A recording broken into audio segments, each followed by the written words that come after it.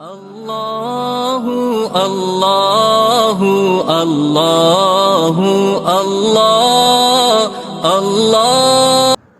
إن الحمد لله نحمده ونستعينه ونستغفره ونعوذ بالله من شرور أنفسنا ومن سيئات أعمالنا.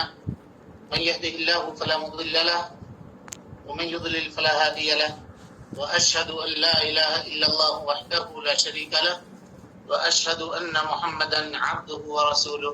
أما بعد، فإن خير الحديث كتاب الله، وخير الهدي هدي محمد صلى الله عليه وسلم، وشر الأمور محدثاتها، وكل محدثة بدعة، وكل بدعة ضلالة، وكل ضلالة في النار.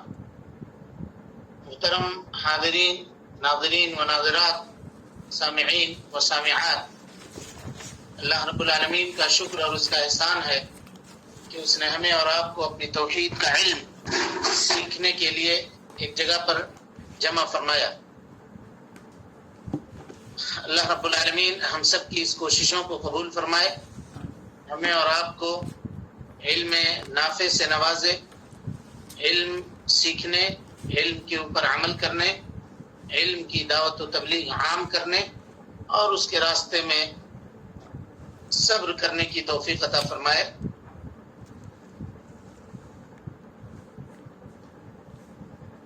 کل تک کے درس میں عبادت یعنی معرفت العبد ربہ، آدمی اپنے رب کو پہچانے، اس کے تعلق سے گفتگو ہوئی تھی، جس میں عبادت کے چند اقسام، جس میں عام طور پہ لوگ شرک کے اندر مبتلا ہوتے ہیں، ان کا تذکرہ آپ کے سامنے آیا تھا، ان کے معانی کو ہم نے آپ کے سامنے ذکر کیا تھا. اب اس کے بعد سے مصنف رحمہ اللہ شیخ الاسلام محمد بن عبد الوہاب رحمہ اللہ عبادت کا من جملہ عبادتوں کے اوپر دلیل پیش کر رہے ہیں، اور اس کے بعد عبادت کی ہر ایک قسم جس کا تذکرہ آپ کے سامنے گزر چکا ہے، ہو چکا ہے، اس کا ذکر وہ آپ کے سامنے کریں گے. اور چلیے دیکھتے ہیں کہ کس طرح سے مصنف رحمہ اللہ نے اپنے اس کتاب کو دلائل کے ذریعے سے سجایا ہے اور مبرہن کیا ہے. عبادت کا ضابطہ یہ ہے کہ ہر وہ چیز جس کے کرنے کا اللہ رب العالمین نے حکم دیا ہے. یہ پوائنٹ ہے، اس کو یاد رکھیے تاکہ دلائل میں استدلال کرنے کے لیے آپ کو آسانی ہو. اس بات کو یاد رکھیے گا کہ عبادت کا ضابطہ یہ ہے کہ ہر وہ کام جس کے کرنے کا اللہ رب العالمین نے حکم دیا ہے، جناب محمد رسول اللہ صلی اللہ علیہ وسلم نے کیا ہے، یا اس کا حکم آپ صلی اللہ علیہ وسلم نے دیا ہے، یہ عبادت کا ضابطہ ہے. تو اس ضابطے کو اگر پلٹ دیجیے گا، الٹا کیجیے گا، تاکہ ہر وہ کام جس کے کرنے اور جس کے نہ کرنے کا اللہ رب العالمین نے حکم دیا ہے وہ عبادت، اس کا چھوڑ دینا، اس کو ترک کر دینا عبادت. ہر وہ کام جس کے کرنے کا اللہ نے حکم دیا اس کو کرنا عبادت ہے، اور ہر وہ کام جس کو چھوڑنے کا اللہ نے حکم دیا ہے اس کو چھوڑ دینا عبادت ہے. سمجھ رہے ہیں؟ جیسے مقدمے میں یہ تفصیلی گفتگو آپ کے سامنے آئی تھی کہ عمل صرف کام کرنے کو نہیں کہتے ہیں بلکہ کام چھوڑ دینے کو بھی کہتے ہیں. تو نواہی کو ترک کرنا ہے، چھوڑنا ہے، اور اوامر کو بجا لانا ہے، اللہ کے آرڈر کو فالو کرنا ہے، اور جن کاموں سے اللہ اور اس کے رسول نے منع کیا ہے ان کاموں سے رک جانا ہے. یہ عبادت کا ضابطہ ہے. مصنف رحمہ اللہ کہتے ہیں کہ یہ ساری چیزیں من جملہ جو آپ کے سامنے گفتگو کی گئی، دعا، خوف، رجا، توکل، رغبت، رہبت، خشوع، خشیت الہی، انابت، اور ذبح، نظر، استغاثہ، استعاذہ، یہ سب کے سب عبادت ہے.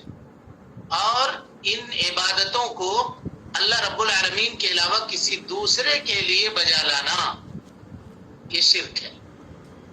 اللہ تعالیٰ نے اس سے منع فرمایا ہے کہ اس عبادت میں یا ان عبادتوں کو کسی دوسرے کے لیے نہیں کیا جا سکتا ہے. اللہ کے علاوہ کسی بھی شخص کے لیے، چاہے وہ کوئی فرشتہ ہو، چاہے وہ ولی ہو، پیر ہو، بزرگ ہو، مرشد ہو، قبر والا ہو، کوئی بھی ہو، اس کے لیے نہیں کر سکتے. کہتے ہیں اس کی دلیل اللہ تعالیٰ کا یہ فرمان ہے. اللہ تعالیٰ کا کیا فرمان ہے؟ پڑھیے کوئی جلدی. وَأَنَّ الْمَسَاجِدَ لِلَّهِ فَلَا تَدْعُوا مَعَ اللَّهِ أَحَدًا. ماشاء اللہ. وَأَنَّ الْمَسَاجِدَ لِلَّهِ فَلَا تَدْعُوا مَعَ اللَّهِ أَحَدًا. مسجد کس کو کہتے ہیں؟ اس سلسلے میں گفتگو آپ کے سامنے آ چکی ہے. کتنے معنی ہیں مسجد کے؟ کون کون؟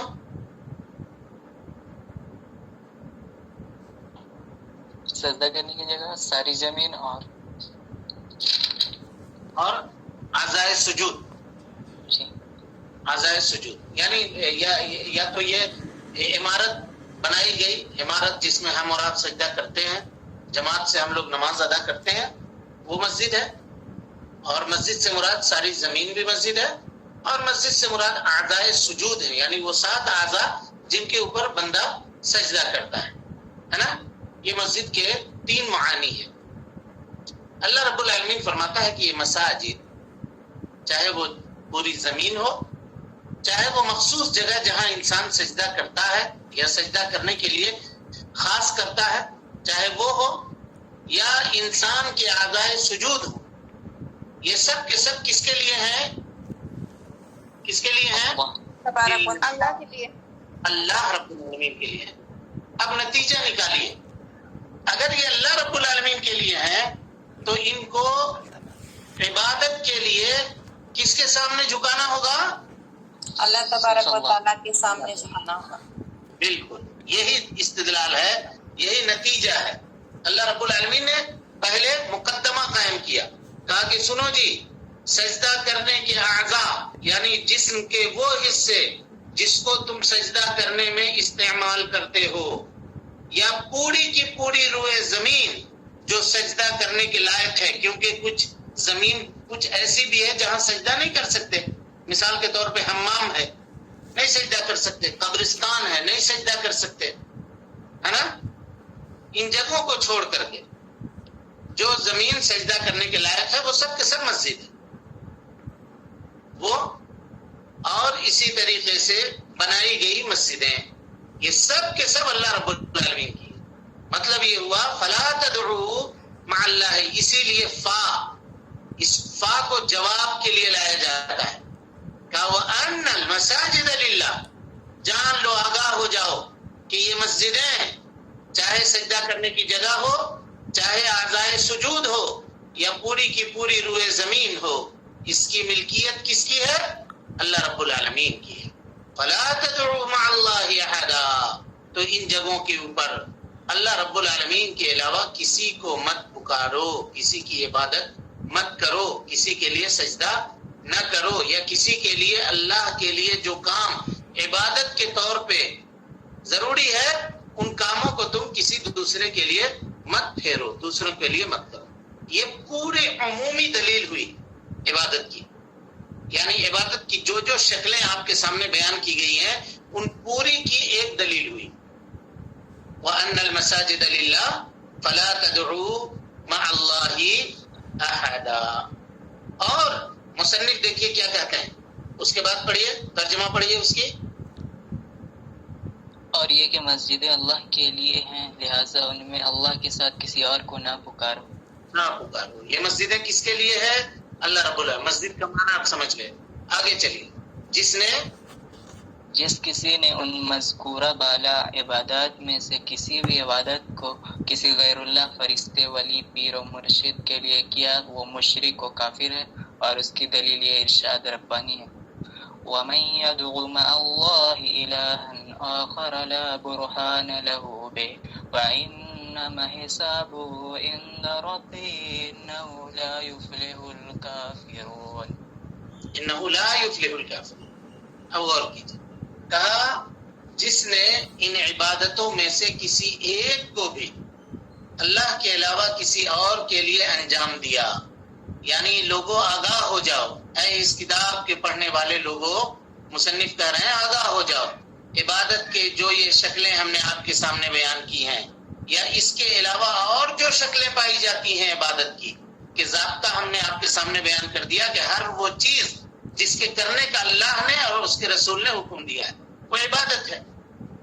اگر اس کو کسی غیر اللہ کے لیے انجام دیا گیا یا اس میں سے کسی ایک کو، یعنی آدمی چلیے ہم نماز پڑھتے ہیں اللہ رب العالمین کے لیے، لیکن مدد کی جب ضرورت پڑتی ہے تو ہم یا علی المدد کہتے ہیں، نعوذ باللہ من ذالک، یا غوث المدد کہتے ہیں، تو کیا کہے گا وہ آدمی؟ ہم کو مشرک کیوں کہو گے؟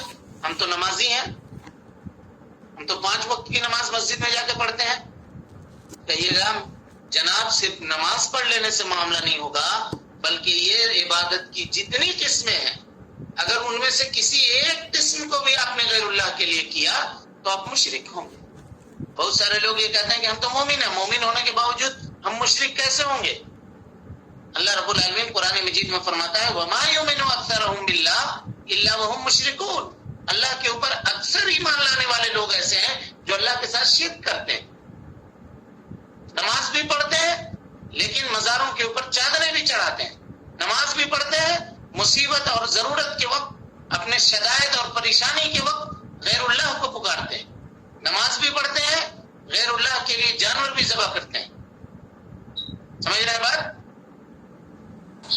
جی الحمدللہ۔ تو کہا ان عبادتوں کو میں سے کسی ایک کو بھی اللہ کے علاوہ کسی اور کے لیے انجام دیا تو وہ مشرک ہے اور کافر ہے، مشرک ہے اور کافر ہے۔ اس کی دلیل دے رہے ہیں، دیکھیے اس کی دلیل اللہ تعالیٰ کا یہ فرمان ہے۔ کیا فرمان ہے اللہ رب العالمین کا؟ وَمَن يَدْعُ مَعَ اللَّهِ إِلَٰهًا آخَرَ، جس کسی نے اللہ رب العالمین کے ساتھ کسی دوسرے کو معبود بنا کر کے پکارا، لا برہان لہ بہ، مطلب یہ ہے اس آیت کا ترجمہ کیا ہوگا کہ اس کے اوپر روئے زمین میں کوئی دلیل نہیں ہے۔ اب اس پوائنٹ کو دیکھیے گا، غور سے دیکھیے، اس آیت کا مفاد یہ ہے کہ اگر کوئی مشرک آپ سے ملتا ہے تو آپ پہلی فرصت میں یہ جان جائیے کہ اس کے شرک کے اوپر کوئی دلیل نہیں، کیونکہ اللہ رب العالمین نے آسمان سے شرک کے اوپر کوئی دلیل نہیں اتاری۔ سمجھ میں آ گئی بات؟ جی۔ تب مشرکین جو دلائل پیش کرتے ہیں ان دلائل کی کیا حیثیت ہے؟ سب جھوٹے ہیں، سب جھوٹے ہیں اور سب متشابہات سے دلیل پکڑتے ہیں۔ کس سے دلیل پکڑتے ہیں؟ متشابہات سے۔ اللہ رب العالمین قرآن مجید سورہ آل عمران کی آیت نمبر 3 میں فرماتا ہے هو الذی انزل علیک الکتاب، اے اللہ کے نبی صلی اللہ علیہ وسلم وہ اللہ رب العالمین ہے جس نے آپ کے اوپر کتاب نازل فرمایا، منہ آیات محکمات، اس میں کچھ آیتیں محکم ہیں، وَأُخَرُ مُتَشَابِهَاتٌ، اور کچھ آیتیں متشابہات ہیں جن کا معانی اللہ رب العالمین کے علاوہ کوئی نہیں جانتا۔ اللہ تعالیٰ کیا فرما رہا ہے؟ فَأَمَّا الَّذِينَ فِي قُلُوبِهِمْ زَيْغٌ، جن کے دلوں کے اندر کجی ہوتی ہے، جن کے دل بیمار ہوتے ہیں، جن کے دلوں کے اندر نفاق، کفر اور شرک کی ملاوٹ ہوتی ہے، فَيَتَّبِعُونَ مَا تَشَابَهَ مِنْهُ ابْتِغَاءَ الْفِتْنَةِ وَابْتِغَاءَ تَأْوِيلِهِ، وہ متشابہات کے پیچھے پڑتے ہیں اس لیے کہ زمین کے اوپر وہ فتنہ پھیلانا چاہتے ہیں، اور فتنہ سے مراد شرک ہے، شرک پھیلانا چاہتے ہیں، یعنی شرکیہ کام کوئی بھی انجام دیتا ہے اول وہلہ میں جان جائیے کہ اللہ نے شرک کے اوپر روئے زمین، آسمان سے روئے زمین پر کوئی دلیل نہیں نازل فرمائی، یعنی وہ اللہ رب العالمین کی عبادت کر رہا ہے ما لم ينزل به سلطانہ، جس کے اوپر اللہ رب العالمین نے کوئی دلیل نہیں نازل فرمائی۔ سمجھ میں آ گئی بات؟ وَمَن يَدْعُ مَعَ اللَّهِ إِلَٰهًا آخَرَ، جس کسی نے بھی اللہ رب العالمین کے ساتھ کسی دوسرے کو پکارا، لا برہان لہ بہ، اللہ رب العالمین نے اس کی اس عبادت کے اوپر، اس کے اس شرک کے اوپر کوئی دلیل نازل نہیں کی ہے۔ فَإِنَّمَا حِسَابُهُ عِنْدَ رَبِّهِ، اللہ اکبر، یہ تھریٹنگ ہے، اللہ رب العالمین کی طرف سے دھمکی ہے مشرکین کو، کافرین کو۔ کیا دھمکی ہے؟ عرب یہ کہا کرتے تھے اور آج کل ہم لوگوں کے زمانے میں بھی کہتے ہیں تمہیں ہم دیکھ لیں گے۔ عرب اگر کسی کو دھمکانا چاہتے تھے، ڈرانا چاہتے تھے تو کہتے تھے حسابوں کا عندی، ٹھیک ہے میں تمہارا حساب لوں گا، میں تم سے نپٹوں گا، ہم لوگ بھی کہتے ہیں اپنے گفتگو میں تم سے نپٹوں گا، تو اللہ رب العالمین کہتا ہے ٹھیک ہے، جتنا شرک کرنا ہے کرو، جتنا فتنہ و فساد مچانا ہے مچا لو، حساب دینے کے لیے تو آؤ گے میرے پاس، پھر ہم حساب لیں گے، تب سمجھ میں آئے گا کہ اللہ رب العالمین کس طرح سے حساب لیتا ہے، کیسا عظیم تھریٹ ہے، اور مشرکین کو کس طرح سے اللہ رب العالمین جزر و توبیخ کر رہا ہے، ان کو ڈانٹ رہا ہے، ان کو پھٹکار رہا ہے، اس کا اندازہ آپ لگائیے۔ فَإِنَّمَا حِسَابُهُ عِندَ رَبِّهِ إِنَّهُ لَا يُفْلِحُ الْكَافِرُونَ، اور بے شک کفر کرنے والے یہ لوگ کبھی بھی کامیاب نہیں ہوں گے، کبھی بھی کامیاب نہیں ہوں گے۔ تو مصنف نے کہا کہ ان عبادتوں میں سے کسی ایک کو بھی اگر کسی نے غیر اللہ کے لیے کیا تو وہ مشرک کافر ہے۔ اس کی دلیل یہ آیت کیسے بنے گی؟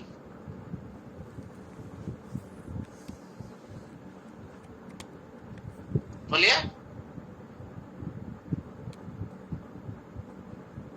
کیسے دلیل بنے گی؟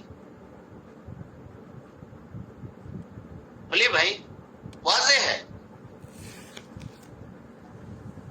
اللہ نے آیت کو شروع کیا، شرک سے شروع کیا، وَمَن يَدْعُ مَعَ اللَّهِ إِلَٰهًا آخَرَ، اللہ کی بھی عبادت کرنا اور اللہ کے ساتھ ساتھ غیر اللہ کی بھی عبادت کرنا کیا کہلاتا ہے؟ شرک۔ شرک۔ اور انجام کیا بتایا؟ إِنَّهُ لَا يُفْلِحُ کافر۔ کافرین۔ إِنَّهُ لَا يُفْلِحُ الْكَافِرُونَ۔ تو گویا کہ مصنف رحمہ اللہ یہ کہنا چاہ رہے ہیں کہ میں نے جو یہ حکم لگایا ہے کہ ان عبادتوں میں سے کسی ایک کو بھی اللہ کے علاوہ کسی کے لیے انجام دیا تو وہ مشرک ہے، کافر ہے۔ اس کی دلیل اللہ رب العالمین کا یہ قول ہے، وَمَن يَدْعُ مَعَ اللَّهِ إِلَٰهًا آخَرَ لَا بُرْهَانَ لَهُ بِهِ فَإِنَّمَا حِسَابُهُ عِندَ رَبِّهِ إِنَّهُ لَا يُفْلِحُ الْكَافِرُونَ۔ سمجھ گیا بات؟ جی۔ یہاں ایک سوال ہے، ایک پوائنٹ کی طرف آپ کی توجہ میں مبذول کرانا چاہتا ہوں۔ کچھ لوگ جو شرکیہ اعمال انجام دیتے ہیں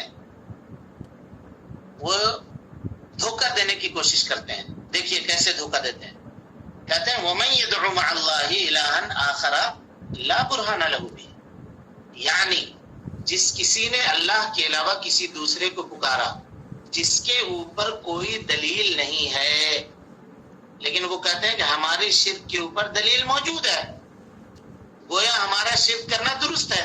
اللہ نے اس شرک کو منع کیا ہے جس شرک میں دلیل نہیں ہے۔ سمجھ میں آ رہی بات؟ سوال سمجھے میرا؟ جی شیخ۔ نہیں سمجھا؟ نہیں۔ سیدھا ترجمہ یہ ہوگا کہ جس کسی نے اللہ کے علاوہ دوسرے کو شریک ٹھہرایا، لا برہان لہو بہ مطلب بغیر دلیل کے، اور کوئی مشرک ابھی آپ کے سامنے آئے کہ میاں میں شرک تو کرتا ہوں ضرور، لیکن اس شرک کے اوپر دلیل موجود ہے میرے پاس، تب کیا کہیے گا اس کو؟ جبکہ اللہ نے منع کیا کہ وہ شرک جس پر دلیل نہیں ہے۔ تعالوا إلى كلمة سواء بيننا وبينكم،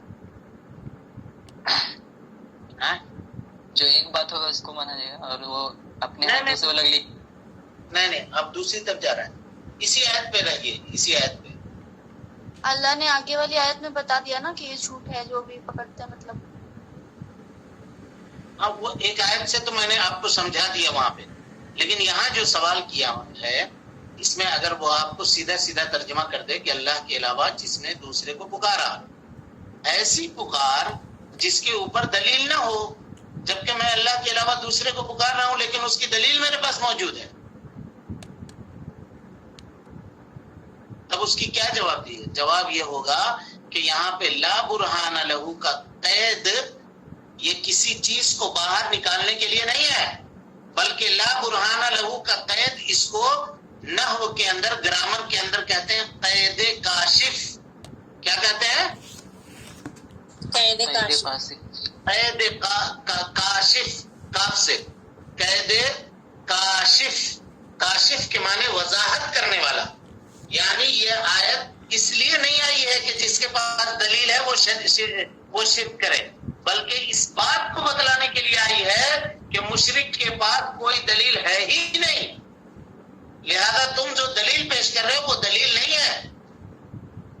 سمجھ میں آ رہی بات؟ بلکہ مشرکین کی دلیل کے بارے میں اللہ رب العالمین نے کہا ان اوہن البیوت، سورہ عنکبوت کے اندر ان اوہن البیوت لبیت العنکبوت، کہ یہ جو دلائل پیش کرتے ہیں یہ مکڑی کے جالے سے بھی زیادہ کمزور دلائل ہیں جو ہوا کے تیز تھپیڑے کے سامنے اڑ جائیں گے.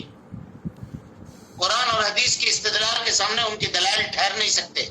اسی لیے کبھی آپ دھوکہ نہیں کھائیے گا، بلکہ یہ کہیے گا کہ سنیے عربی زبان کے اندر اس قید کو، آیت کے اندر جو قید بیان کی گئی ہے لا برہان لہ بھی، یہ قید کسی چیز کو الگ کرنے کے لیے نہیں ہے، بلکہ یہ قید کاشف ہے جو یہ بتانے کے لیے آیا ہے کہ جو بھی کوئی مشرک روئے زمین کے اوپر پایا جاتا ہے وہ بغیر دلیل کا ہے.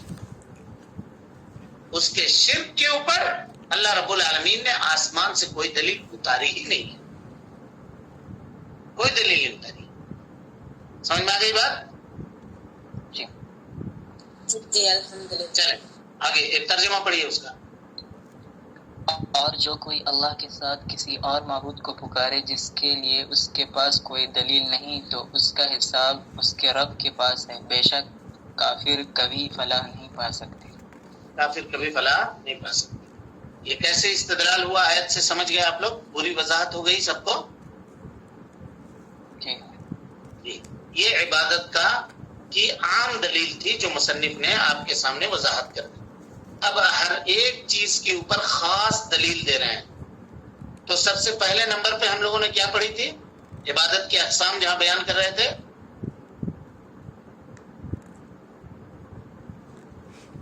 بولیے. دعا.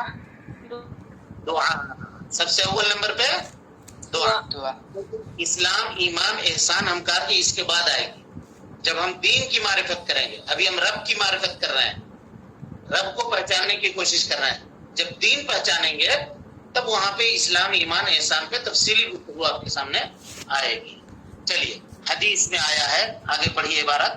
اب ہر ایک کی الگ الگ دلیل دے رہے ہیں وہ، تو دعا سے شروع کر رہے ہیں، دعا سے شروع کر رہے ہیں. چلیے. مذکورہ اقسام کے عبادت ہونے کے دلائل. دعا کے عبادت ہونے کی دلیل حدیث پاک میں نبی اکرم صلی اللہ علیہ وسلم کا یہ ارشاد گرامی ہے الدعاء مخ العبادہ. الدعاء مخ العبادہ کیا ہے؟ پڑھیے پھر سے. الدعاء مخ العبادہ. مخ العبادہ.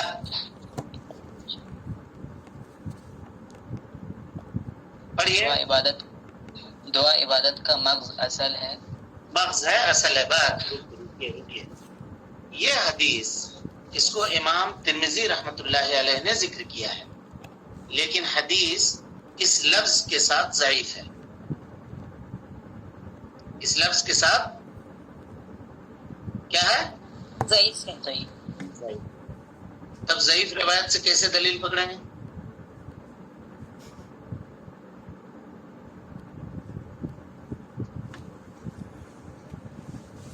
بولیے. نہیں جانتا، بتا دیں. ہاں نہیں لیں گے شاید. نہیں لیں گے. دیکھیے یہ روایت جو ترمذی میں آئی ہے اس لفظ کے ساتھ، یعنی الدعاء مخ العبادہ ہے نا، الدعاء مخ العبادہ، اس لفظ کے ساتھ یہ روایت ضعیف ہے. ٹھیک ہے. لیکن ایک اور روایت ہے جس کو احمد نے، امام ابو داؤد نے اور امام ترمذی نے نقل کیا ہے، وہ روایت ہے الدعاء هو العبادہ. الدعاء هو العبادہ. حافظ ابن حجر رحمۃ اللہ علیہ کہتے ہیں کہ اس کی سند جید ہے. الدعاء هو العبادہ. امام نووی کہتے ہیں کہ اس کی سند صحیح ہے. اور اسی طرح سے محدث عصر امام الحدیث ہمارے زمانے کے علامہ البانی رحمت اللہ تعالی علیہ کہتے ہیں کہ اس کی سند درست ہے. لہذا یہ صحیح حدیث کے ساتھ مل کر کے یہ ضعیف حدیث قابل استدلال ہو جاتی ہے، کیونکہ یہ اسی معنی میں ہے. تب رہا علمی حکم حدیث کے اوپر جو لگایا جائے گا تو وہ یہ کہا جائے گا جب بھی اس حدیث کو آپ بیان کیجئے تو کہہ دیجئے کہ بھائی صاحب یہ حدیث اس لفظ کے ساتھ، یعنی الدعاء مخ العبادہ، اس لفظ کے ساتھ ضعیف ہے. لیکن ایک اور روایت آئی ہے جس کو امام احمد نے، امام ابو داؤد نے اور امام ترمذی نے نقل کیا ہے، الدعاء هو العبادہ. یہ صحیح ہے، یہ صحیح ہے، اور دونوں کا معنی قریب قریب ایک ہے. دونوں کا معنی قریب قریب، دعا عبادت کا مغز ہے اور دعا ہی اصل عبادت ہے. دونوں کا معنی ایک ہوا یا نہیں ہوا؟ جی جی. تو معنی کے اعتبار سے اس حدیث سے استدلال کیا جا سکتا ہے. تو مصنف رحمت اللہ علیہ نے اس حدیث سے استدلال کیا. تو اس سے کیا پتا چلا کہ دعا کیا ہے جی؟ اصل عبادت ہے. اور ہم نے پہلے آپ کو بیان کر دیا ہے کہ دعا میں کوئی تفصیل نہیں، دعا میں کوئی تفصیل نہیں ہے. دعا عبادت ہے، پوری کی پوری دعا عبادت ہے، کیونکہ عاجزی اور انکساری، اپنے ذلت اور فاقہ اور افتقار مانے کمزوری، محتاجی کا جو اظہار آدمی دعا کے اندر کرتا ہے وہ دوسری کسی عبادت کے اندر نہیں پائی جاتی، دوسری کسی عبادت کے اندر نہیں پائی جاتی. اور اسی لیے اللہ رب العالمین کو دعا میں الحاح پسند ہے. الحاح کہتے ہیں گریزاری کر کے مانگنا، اس طرح سے مانگنا، اس طرح سے ضد کر کے مانگنا کہ میری بات قبول ہو ہی جائے. صحابہ کرام رضوان اللہ علیہم اجمعین کے لیے آتا ہے کہ صحابہ کرام جب دعا کرتے تھے تو ہمسن کا مطلب یہ ہوتا ہے کہ گنگنا کر کے ناک سے اور منہ سے جو آواز نکلتی ہے انسان کی، تاکہ کوئی بغل میں کوئی آدمی بیٹھا ہوا ہے تو اس طرح سے گوں گوں گوں گوں کر رہے ہیں کہ بغل والے کو بھی نہیں سمجھ میں آ رہا ہے کہ وہ کیا کہہ رہا ہے، لیکن جس سے مانگ رہے ہیں وہ سمجھ رہا ہے، جس سے مانگ رہے ہیں. گریزاری کی، بچے کی جو آواز ہوتی ہے، چھوٹے بچے کی جو ضد کر کے کوئی چیز مانگنا چاہتا ہے اور جس طرح سے ناک سے آواز نکالتا ہے، وہ رو کر کے جو آواز نکالتا ہے اس طرح کی آواز نکال کر کے گریزاری کے ساتھ صحابہ کرام، جس کو الحاح کہا جاتا ہے، اس کے ساتھ دعا کیا کرتے. چلیے، دعا عبادت کا مغز ہے. یہ روایت تو ضعیف ہے، لیکن اس کے مقابل میں ایک روایت آئی ہے جو صحیح ہے، جو اسی معنی کی ہے، جس میں یہ تذکرہ ہے کہ الدعاء هو العبادہ، الدعاء هو العبادہ. چلیے. اور قرآن پاک میں دعا کی عبادت ہونے کی دلیل یہ فرمان ربانی ہے، وَقَالَ رَبُّكُمُ ادْعُونِي أَسْتَجِبْ لَكُمْ إِنَّ الَّذِينَ يَسْتَكْبِرُونَ عَنْ عِبَادَتِي سَيَدْخُلُونَ جَهَنَّمَ دَاخِرِينَ. وقال ربكم ادعوني استجب لكم ان الذين يستكبرون عن عبادتي سيدخلون جهنم داخرين. اس آیت میں دعا عبادت ہے، اس کی دو دلیل موجود ہیں. کون کون بتائیے، جلدی سے بتائیے. استدلال کا طریقہ ہم نے بتا دیا ہے آپ کو. ادعونی اور عبادت. ادعونی میں کیسے؟ دعا کرو، آرڈر ہے نا، امر. اور ابھی ہم لوگوں نے عبادت کا ضابطہ کیا پڑھا ہے کہ ہر وہ کام جس کے کرنے کا حکم دیا، جو قرآن میں ملتا ہے، اللہ نے حکم دیا. اللہ نے حکم دیا. جی، یہاں اللہ تعالیٰ حکم دے رہا تم دعا کرو.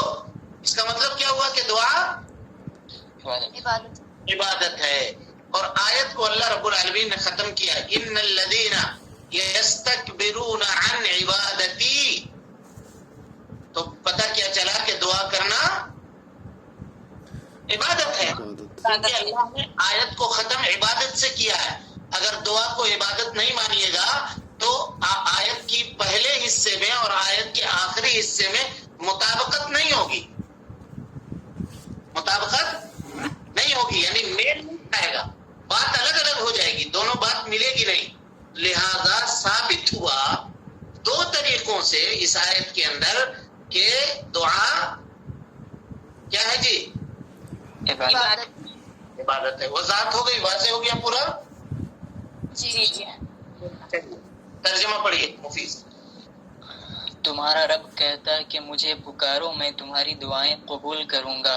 جو لوگ گھمنڈ میں آ کر میری عبادت سے منہ موڑتے ہیں، ضرور وہ ذلیل و خوار ہو کر جہنم میں داخل ہوں گے. اب کیا سمجھ میں آیا اس سے؟ تیسری بات کیا سمجھ میں آئی؟ انکار کرنے سے جہنم. انکار کرنے سے جہنم میں جہنم. اور انکار کی دو شکل ہے. ایک شکل تو یہ ہے کہ دعا ہی نہ کرے، کہے کہ ہم کو کسی کی محتاجی نہیں، نعوذ باللہ من ذالک. ہم کو کس چیز کی کمی ہے جو ہم دعا کریں؟ لوگ کہتے ہیں ہم کہے کو دعا کریں، کیا مانگیں گے اللہ تعالیٰ؟ سب چیز تو ہم کو دے دیا ہے. یہ کہنا بھی کیا ہے جی؟ گھمنڈ ہے. گھمنڈ ہے، تکبر ہے. اور اسی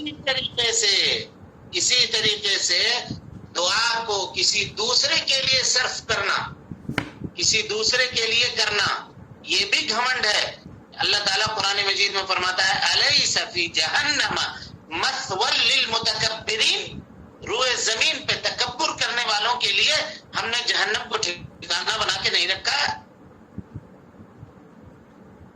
گویا عبادت کے کسی چیز کو اللہ کے علاوہ دوسرے کے لیے صرف کرنا، یہ کیا ہے؟ تکبر کی علامت ہے. اب یہاں پہ دعا کی کتنی قسمیں ذکر کی تھی ہم نے جی؟ 2 قسم کی. فٹافٹ بولے کون کون؟ مسئلہ اور عبادت. کل اس کی تفصیلات آپ کے سامنے رکھی جائیں گی. آج کے درس کے متعلق کسی کو کوئی سوال؟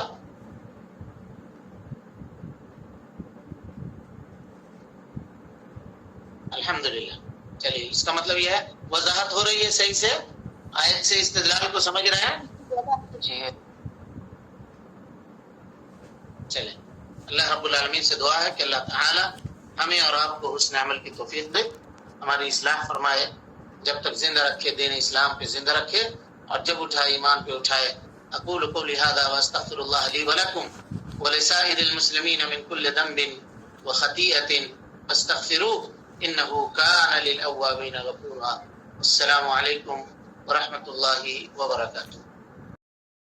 اللہ اللہ اللہ اللہ اللہ اللہ